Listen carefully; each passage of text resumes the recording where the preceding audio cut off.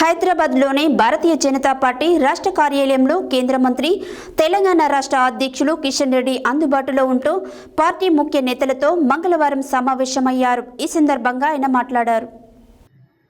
హైదరాబాద్లోని భారతీయ జనతా పార్టీ రాష్ట్ర కార్యాలయంలో కేంద్ర మంత్రి, తెలంగాణ రాష్ట్ర అధ్యక్షులు కిషన్ రెడ్డి అందుబాటులో ఉంటూ పార్టీ ముఖ్య నేతలతో మంగళవారం సమావేశమయ్యారు.